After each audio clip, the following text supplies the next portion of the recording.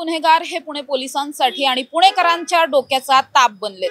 या गुन्हेगारांना आळा कसा घालायचा हा एक खूप मोठा प्रश्न सध्या सगळ्यांसमोरच उपस्थित झालाय। मात्र पुण्यातल्या गुन्हेगारांनी गुन्हेगारीचा एक नवीन पॅटर्न सध्या अवलंबलेला पाहायला मिळतोय, ज्या पॅटर्नचं नाव आहे वाहन तोडफोडीचा पॅटर्न। कारण पुण्यातल्या बहुतांश भागांमध्ये महिन्यातून एकदा तरी वाहन तोडफोडीच्या घटना घडताना दिसून येत आहेत। अशाच पद्धतीची वाहनांची तोडफोड ही पुण्यातल्या धनकवडी परिसरामध्ये 23 जुलैच्या रात्री 12-12:30च्या दरम्यान सुद्धा घडली होती। धनकवडीतल्या 3 वेगवेगळ्या लोकेशन्स वरती या वाहनांची तोडफोड करण्यात आली होती। या प्रकरणातील आरोपी सध्या पुणे पोलिसांच्या अटकेत आहेत आणि या वाहन तोडफोडीच्या मागचं अतिशय धक्कादायक आणि तितकंच कदाचित हास्यास्पद वाटेल असं एक कारण सुद्धा आता समोर आलंय। हे कारण नेमकं काय आहे यावरच खरं तर आज आपण बोलणार आहोत। घडलं असं होतं की या प्रकरणामध्ये 5 आरोपी आहेत। 5 आरोपींकडून ही वाहनांची सगळीच तोडफोड करण्यात आली। हे 5ही आरोपी मूळचे किरकटवाडी परिसरामध्ये वास्तव्यास असलेले आहेत। त्यांचा धनकवडीशी तसा काहीही संबंध नव्हता। मग हे धनकवडीत नेमके आले कशासाठी होते याचंच उत्तर खरं तर आपण जाणून घेणार आहोत। घडलं असं होतं की ज्यावेळी ही सगळी वाहनांची तोडफोड झाली म्हणजे 23 जुलैच्या मध्यरात्री जवळपास 12-12:30च्या आसपास खूप मोठमोठ्याने आवाज व्हायला लागले, कुणीतरी काहीतरी फोडतंय असं वाटत होतं, काचांचे आवाज येत होते। त्यामुळे या परिसरातले नागरिक बाहेर आले। बाहेर आल्यावर त्यांना दिसलं की 4 ते 5 जणांच्या टोळक्याकडून हातामध्ये काही स्टंप, काही मोठमोठे दगड घेऊन वाहनांची तोडफोड केली जाते। या टोळक्याला हटकण्याचा प्रयत्न एक दोघांनी केला। मध्ये आलेल्या एक दोघांना यांनी मारहाण केली। त्यामध्ये एकाच्या डोक्याला जबर मार लागलेला या सगळ्यामधून पाहायला मिळाला। त्यानंतर त्याला आता या व्यक्तीवरती रुग्णालयामध्ये उपचार सुद्धा सुरू आहेत। तर दुसरीकडे पुढच्या काही गाड्या होत्या म्हणजे आता जर आपण पाहिलं तर धनकवडीचा एक एरिया आहे ज्यामध्ये सावरकर चौक असेल किंवा मग केशव कॉम्प्लेक्स असेल, अशा 3-4 वेगवेगळ्या लोकेशन्स वरती या वाहनांची तोडफोड झाली। अर्थात हे तिन्ही लोकेशन्स खूप जवळचे आहेत, म्हणजे 1 किलोमीटरच्या पट्ट्याच्या सुद्धा आतले आहेत। त्यामुळे या टोळक्याने याच संपूर्ण परिसरामधल्या 1-2 नाही तर तब्बल 21 गाड्यांची तोडफोड केली होती। यामध्ये जवळपास 14 ते 15 रिक्षा होत्या, 3-4 कार होत्या आणि त्याचबरोबर 2 स्कूल व्हॅन, स्कूल बसेस ज्या असतात त्या सुद्धा होत्या। इतक्या सगळ्या वाहनांची तोडफोड या आरोपींनी केलेली होती। पुढे गेल्याच्या नंतर जेव्हा शेवटच्या गाड्या यांनी फोडल्या त्या ठिकाणच्या नागरिकांना जाग आली, त्या नागरिकांनी यांचा पाठलाग करण्याचा प्रयत्न केला। त्यामुळे पुढच्या परिसरामधल्या ज्या काही गाड्या होत्या त्या सुदैवाने या सगळ्यामध्ये वाचल्या आणि या टोळक्याने तिथून पळ काढला।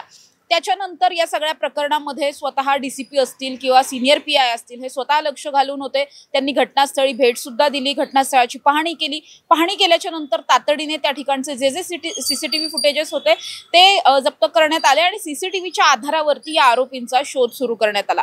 मग पोलिसांना त्यांच्या गुप्त खबऱ्यांच्या मार्फत जी काही माहिती मिळाली त्या आधारे हे सगळेच आरोपी किरकटवाडीत वास्तव्यास असल्याची माहिती पोलिसांना मिळाली। खरं तर या 5ही आरोपींना मग पोलिसांनी ताब्यात सुद्धा घेतलं।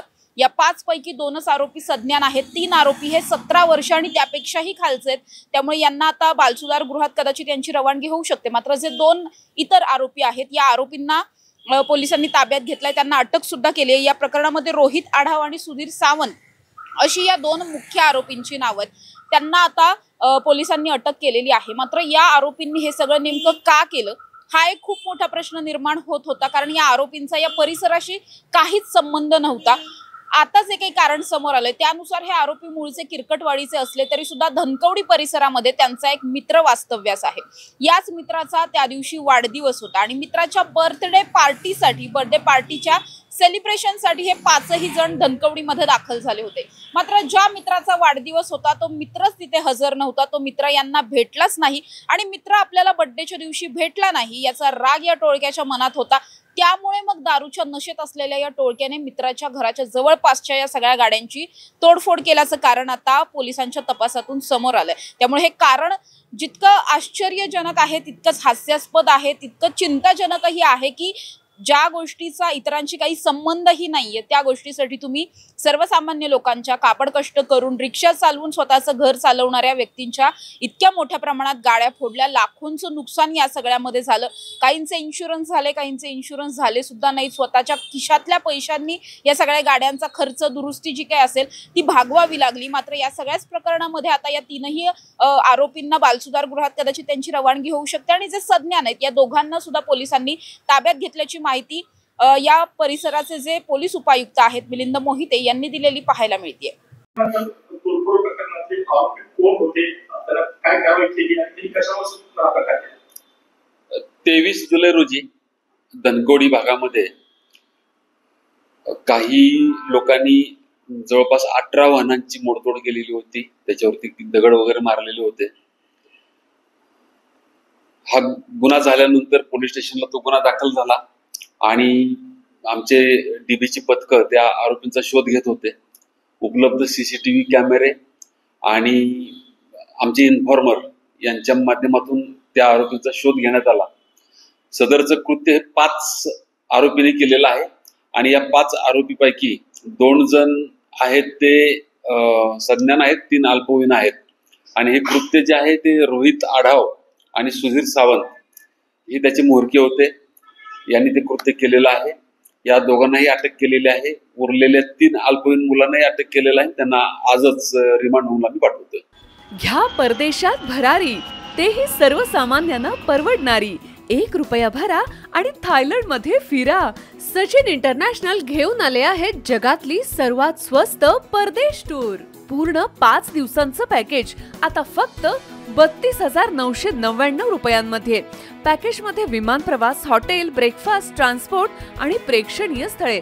सचिन इंटरनॅशनल 18 वर्षांपासून पर्यटन क्षेत्रातील एक विश्वसनीय नाव. सचिन इंटरनॅशनल सोबत मनसोक्त फिरा. संपर्क 7767989898.